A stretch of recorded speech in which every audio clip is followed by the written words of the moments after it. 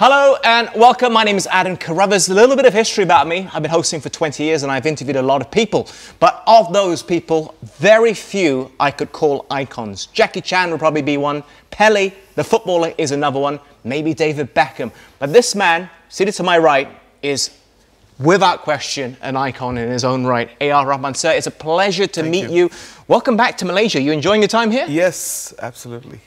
Can I just ask, what's the thing you look most forward to when you visit our country? I think the energy of people, the love, and so I've been seeing that for, my first concert was in Malaysia, right? In the Shah Alam Stadium? Yeah. So it started here, and so there's an affinity towards the audience and what they crave for, the love which they've been giving me. Is it almost a form of inspiration for you? It is. That's a lovely because we all have good days and bad days, and sometimes it's just energy. Oh, we have loads of people loving you, so rise up. rise up indeed.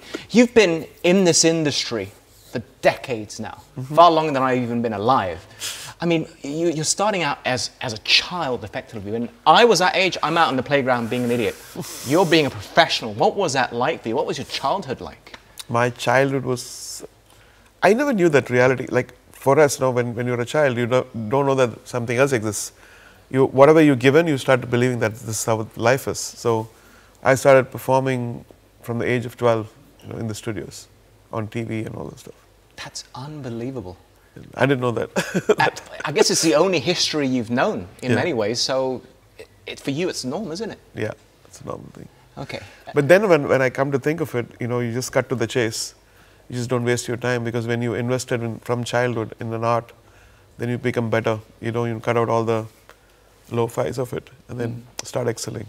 Like if you take Michael Jackson's history also, he's been singing from the age of 5 or something. Yes. And then when he became 20, he wanted to do the best of the things. When I saw a little letter of his saying that I want to be the best poet, best composer, best singer, best production, best director, give all together something. So it's nice to have, when you're from the childhood, when you're invested in an art, you definitely have to excel, because you'll get bored of mediocrity.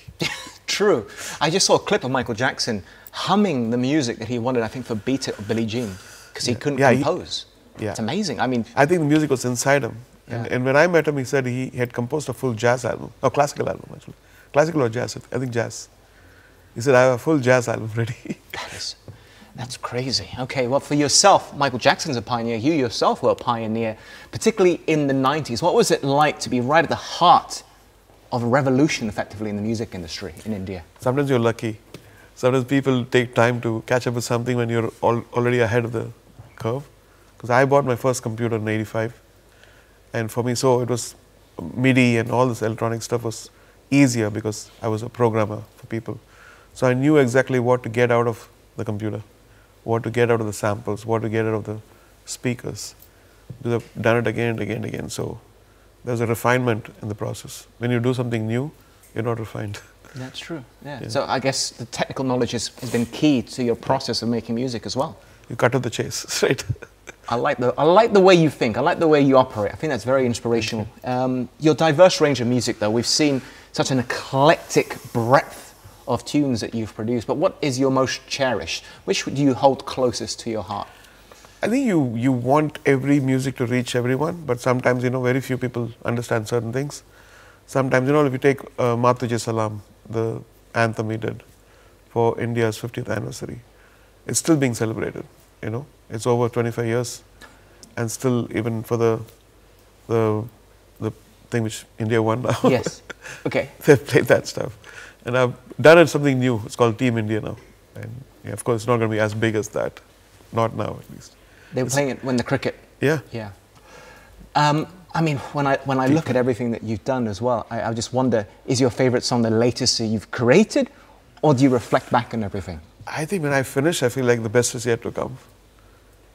I think the moment you start getting a favorite, you start piggybacking on it, that sound or the progression, and that's not a good thing. But sometimes, you have certain, music is also formulaic. It's from the heart. Sometimes when heart doesn't cooperate, you go on the formula. You take something, you tried and tested, you take a mode like raga and do something. Okay. One thing here, I work a lot in football, and you worked on the Pele film. Yeah. You put out a tweet when he passed away. I've met him. I've interviewed him. Such a lovely, I met him lovely too. man. Yeah, I mean, you probably spent a lot longer with him than I did. Actually in Calcutta, because he came there. Oh, he came to Calcutta. Yeah. He was here in Malaysia, and it's just one of the best men I've ever met. What was it like working on a film like that? Because I don't believe you're a football fan, are you? I'm not a sports person, but I love individuals who excel, like especially Pele, what he did, coming from that community, from the lowest, and showing the world that anything is possible. And it all takes the brain, it all takes the heart to rise up, as I said. And so when I didn't even know who Pele was that time. You didn't know? I went to Wikipedia and said, oh my God, this is Pele. So my agent said, you know who Pele is? We're doing that movie. So he called up and told. And then we did a lot of research on the music, on Brazilian stuff. And then, of course, I met him. And then when we saw the movie, it's a very emotional movie. Mm. It's a movie which everybody can connect. His life is emotional, inspirational. And Sir, thank you very much. Bye. Enjoy your time in Malaysia. Thank you. All the best.